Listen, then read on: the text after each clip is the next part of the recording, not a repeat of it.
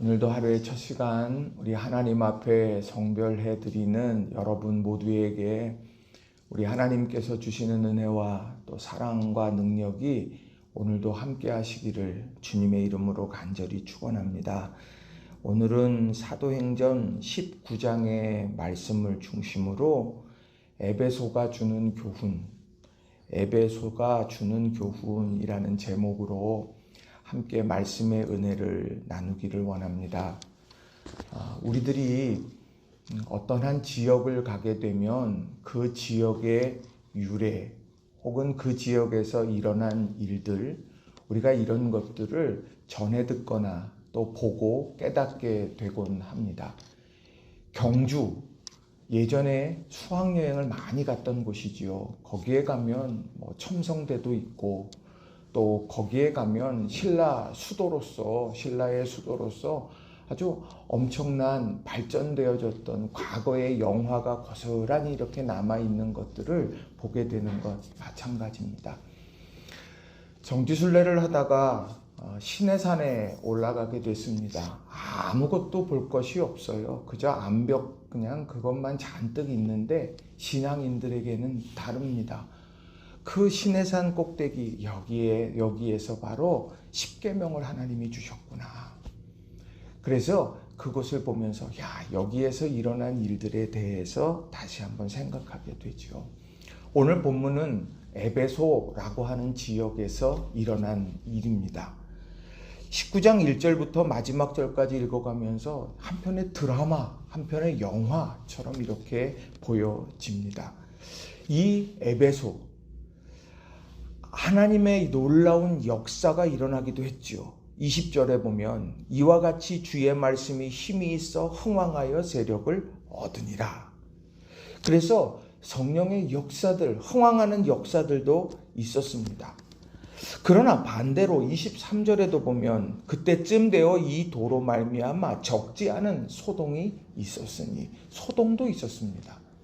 이런 적지 않은 소동, 또 주의 말씀이 힘이 있어 흥왕하게 세력을 얻는 역사, 이런 역사들이 에베소에 있었는데 그 에베소의 역사, 그것이 주는 그 교훈이 무엇일까?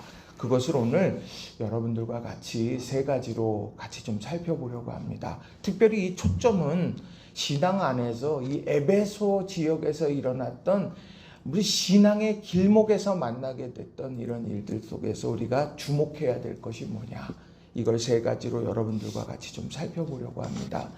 자, 첫 번째로 우리의 부족함을 인정해야 한다라는 것입니다. 우리의 부족함을 인정해야 한다라는 거예요.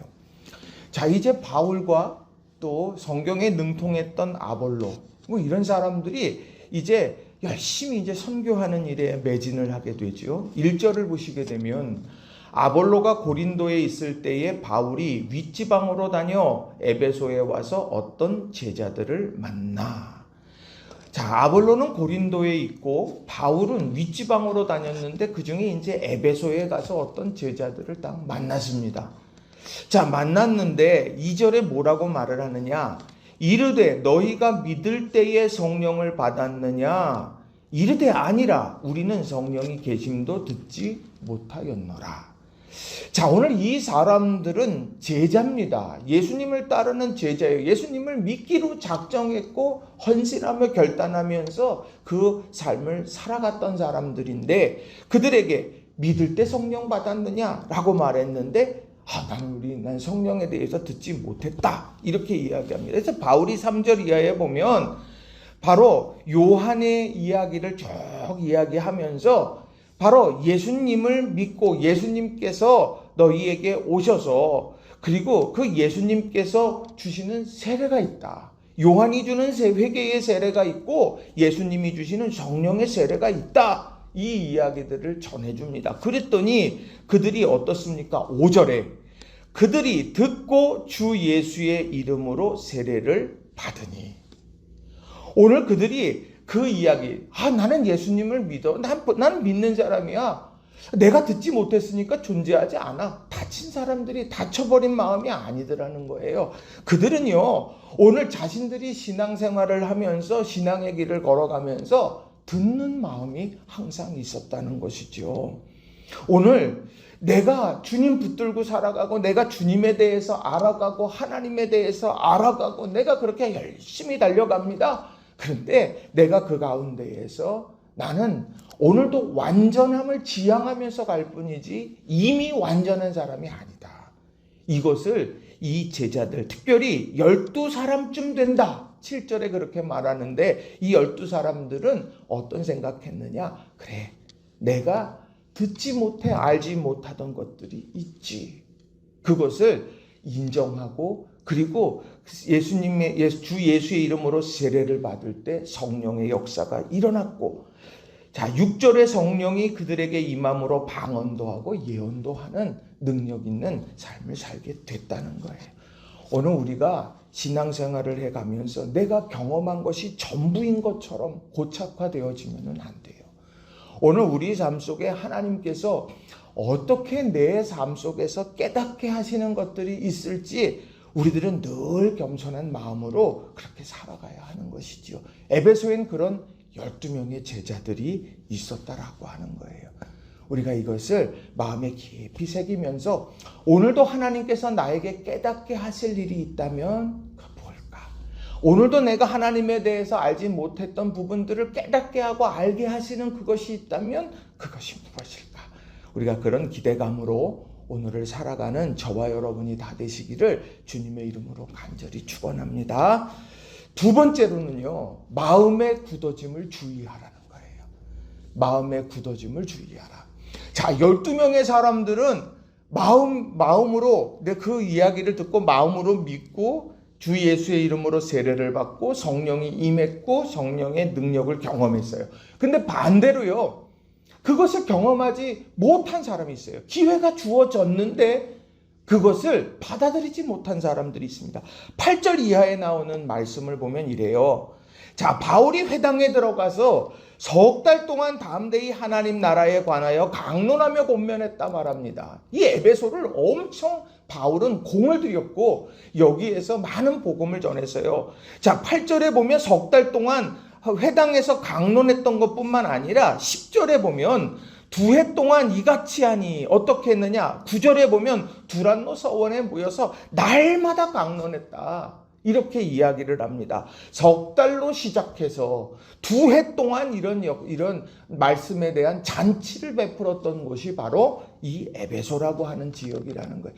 자, 그렇게 복음이 전해졌는데, 자, 처음에 석 달 동안 하나님 나라에 대해서 강론했어요. 회당에 들어가서. 근데 사람들 반응이 어떤가 보세요. 9절. 어떤 사람들은 마음이 굳어 순종하지 않고 무리 앞에서 이 도를 비방하거늘 바울이 그들을 떠나 제자들을 따로 세우고 두란노 서원에서 날마다 강론하니라. 자, 이 말씀에서 보면 어떤 사람들은 마음이 굳어 순종하지 않고 도리어 비방하게 됐다고 말합니다. 석 달 동안 말씀을 듣고 들어도 그것을 받아들일 수가 없었어요. 그걸 부정했어요. 그리고서 순종하지 못하는 것뿐만 아니라 자신이 순종하지 못하는 것뿐만 아니라 이 도를 무리들 앞에서 비방하는 악행을 저지르게 됐다라고 하는 것이죠. 안타까운 거예요. 왜 그럴까? 이 사람들이 왜 그럴까? 원인은 하나였습니다. 마음의 굳어짐이었다는 거예요. 그 마음이 굳어져 버리게 되니까 듣게 되지 않고, 그리고 그 마음이 굳어져 버리게 되니까 비방하기 시작하고, 석 달 동안 수없는 공을 들여도 그것은 나와 상관없는 것이 되고 부정하게 되는 것이 된다는 거예요. 얼마나 안타까워. 우리는 마음의 이 굳어짐을 조심해야 합니다. 마음의 굳어짐이 뭘까요? 과거의 상처들이, 그것이 여기에 칵 새겨져서 마음에 굳어질 수도 있어요. 우리가 삶에서 만나는 여러 가지 상황에 대해서 우리가 그 상황이 짓누르고 두려움과 염려가 밀려들면서 그것이 내 마음을 장악하게 될 때도 있어요. 시기와 질투가 내 마음 속에서 그렇게 될 수 있어요. 우리가 이 마음이라고 하는 것, 이것을 잘 관리해야 합니다. 어떻게 할까요? 그럼 마음이 굳어졌기 때문에 이런 일들이 벌어졌다면 어떻게 할까요? 에스겔서 36장 26절은 우리에게 이렇게 말합니다. 또 새 영을 너희 속에 두고 새 마음을 너희에게 주되 너희 육신에서 굳은 마음을 제거하고 부드러운 마음을 줄 것이며 새 영을 너희에게 주며. 바로 성령을 성령에 대해서 우리들이 받기를 기도하고 성령 충만하기 위해서 우리는 간구해야 하는 거예요. 내가 믿어지지가 않아. 내가 이 말씀이 나랑 무슨 상관이야? 부정적인 것이 자꾸 서게 돼요. 그건 알지. 그건 이거야. 하나님께서 성경이 오늘도 성경 속에서 하나님의 말씀이 오늘도 살아 역사하고 있는데 그 말씀은 이거야. 들으나마 안 하지 뭐. 보나마 하나야. 아니요. 우린 그런 순간 주여 내 마음에 성령께서 함께 하셔서 부드러운 마음이 되게 하셔서 이 말씀이 좋은 씨앗이 되어져서 그 말씀을 내가 열매 맺는 인생 되게 하셔서 이런 기대감으로 살아가야 한다는 거예요. 에베소에는 바로 이런 마음이 굳어져서 복음을 뒤로 했던 사람들이 있어요. 자, 그런데 그 뒤에 보세요. 내가 그 도를 비방하고 내가 그걸 받아들이지 않는다고 해서 그래서 그 말씀의 역사가 그쳐지느냐? 아니더라는 거예요. 바울이 그들을 떠나 제자들을 따로 세우고 두란노 서원에서 날마다 강론하니라. 하나님의 역사는 멈추지 않는다는 거예요. 다만 내게 기회가 주어졌을 때 내가 그 마음이 굳어진 채로 있다면 내가 그 주인공이 되지 못하는 것뿐이라는 거지요. 우리 사랑하는 성도님들, 우리들이 신앙생활에 가면서 마음이 굳어지지 않기를 늘 위해서 성령 충만을 위해 간구하시기를 주님의 이름으로 부탁을 드립니다. 그리고 기회가 주어졌을 때 할 수 있는 한 그 말씀, 내가 그 말씀 앞에 서고 그 말씀 앞에서 내가 결단하고 그 말씀을 따라 살아감으로 주의 말씀이 힘이 있어 흥왕하여 세력을 얻게 되는 기쁨을 날마다 누리시는 저와 여러분이 다 되시기를 주님의 이름으로 간절히 축원합니다. 그런 일들이 2해 동안 쫙 역사하는 것이 10절부터 쫙 나오는 거예요. 얼마나 멋진 일들이 많은지 몰라요. 손수건만 대서 앞치마를 가져다 병든 사람에게 얹으니까 그 병이 떠나고 악기도 나가는 이런 일들까지 생겨나고, 또 하나님이 바울의 손으로 놀라운 능력을 행하게 하여서 하나님의 역사, 하나님의 나라의 기쁨으로 가득 찼다는 것. 우리가 이것을 바라보면서 이 마음을 잘 관리해 가시기를 주님의 이름으로 축원합니다.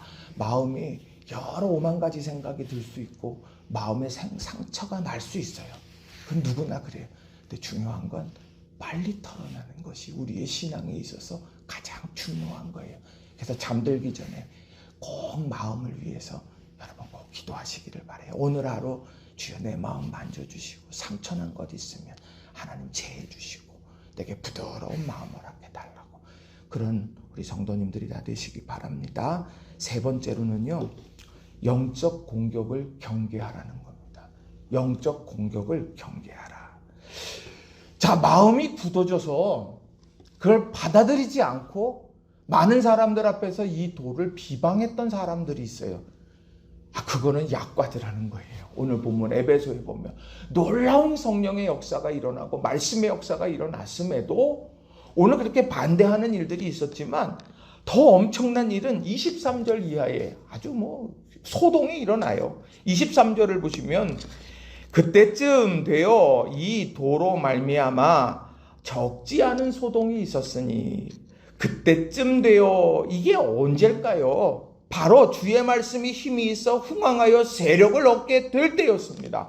그리고 21절과 22절에 보면 복음의 확장성, 이제 바울이 마게도냐와 아가야를 거쳐 예루살렘으로 가기로 작정하여 이르되 그리고 로마에 내가 가서 봐야 되겠다, 그렇게 하고 있는 그런 찰나, 그러니까 복음의 역사도 일어나고 복음의 확장을 작정하고 달려가려고 하는 바로 그 순간에 뭐가 일어나냐? 소동이 일어나더라는 거예요. 자, 그 소동의 내용은 23절 이하에 24절 이하에 쫙 나와요. 데메드리오라고 하는 은장색이 있습니다. 이 은으로 이제 신상을 만드는 사람입니다. 자, 그런데 그가 자신의 수하에 있어서 자신이 열심히 그런 우상들을 만들어서 풍족한 삶을 살게 하는 직공들, 영업하는 사람들을 다 모아놨어요. 그 모아놓고서는 뭐를 이야기하느냐? 자, 바울이 에베소에뿐만 아니라 거의 전 아시아의 많은 사람들에게 복음을 전하게 돼서 사람의 손으로 만든 것들은 신이 아니라 이렇게 말하고 있어서 우리의 영업에 타격을 받고 있다. 지금까지는 우리가 바울이 있기 전까지는 풍족한 삶을 누렸는데 이제 바울이 그런 얘기를 해버리니까 우리는 이제 쫄딱 망했어. 우리는 이제 풍족한 삶과는 거리가 먼 삶을 살게 될 거야. 지금 이런 상황에 대해서 이야기들을 하더라는 거죠. 그래서 27절에 우리의 이 영업이 천하여질 위험에 있을 뿐 아니라 큰 여신 아데미의 신전도 무시당하게 되고 온 아시아와 천하가 위하는 그의 위엄도 떨어질까 하노라. 겉으로 포장해요. 자기가 지금 그렇게 우상을 만들고 있는데 그 우상을 만드는 가운데에서 내가 풍족한 삶을 살지 못할 것 같으니까 아데미의 신전도 위험에 처할 거고 위엄도 떨어질 거다. 그렇게 이야기하면서 사람들을 선동하게 됐습니다. 그러니 당연히 거기에서 직공들과 영업하는 자 자신들도 한 배를 탄 사람들이니 이 사람들이 분노가 가득 차서 얘기합니다. 28절에 크다 에베소 사람의 아데미여 하면서 사람들이 막 요란하게 막 일어서게 된 거예요. 그리고 나서 29절에 항상 이 선동은 무언가 대상을 딱 지정하게 되어 있는 거예요. 29절에 온 시내가 요란하여 바울과 같이 다니는 마게도냐 사람 가이오와 아리스타고를 붙들어 일제히 연극장으로 달려 들어가는지라. 잡으러 가는 거예요. 이제 바울의 일행을 잡았자. 그리고 잡아가지고 결단을 내자. 지금 그렇게 하고 달려가고 있는 거죠. 이런 일이 지금 에베소에서 일어나고 있는 거예요. 이게 얼마나 두렵고 떨리는 일이고 얼마나 이게 엄청난 일입니까? 이들의 마음, 이 소동의 원천은 뭐겠어요? 하나는 그거예요. 하나는 물질이었던 거예요. 또 하나는 뭐냐? 오늘 선동이었다는 거예요. 이 두 가지에 휩쓸려 군중심리에 휩쓸려 버린 거예요. 오늘 이 두 가지가 흔들어 놓는 거예요. 그 영적 공격으로 이 데메드리오를 통해서 이 영적 공격이 일어나게 되더라는 거죠. 이럴 때에 바울이 어떻게 했을까? 이런 상황 속에서 복음의 역사는 멈춰져야 할까? 아니더라는 거예요. 오늘 서기장이 무리를 진정시키고 이들에게서 잘못을 찾을 수 없다. 그러면서 그 모임을 흩어버리게 되더라는 거죠. 복음의 역사는 그렇습니다. 영적 공격 있어요. 경계해야 돼요.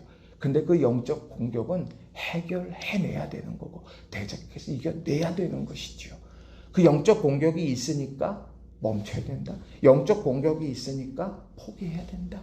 영적 공격이 있으니까 주저앉 아니에요. 항상 하나님의 놀라운 역사가 일어날 때 영적인 공격은 있기 마련입니다. 내 마음이든 내 상황이든 내 삶이든 그러나 그것을 그걸 넘어서면 하나님께서 오늘 우리의 삶 속에 우리가 생각지도 못한 은혜의 역사들을 베풀어 주실 거라는 거예요.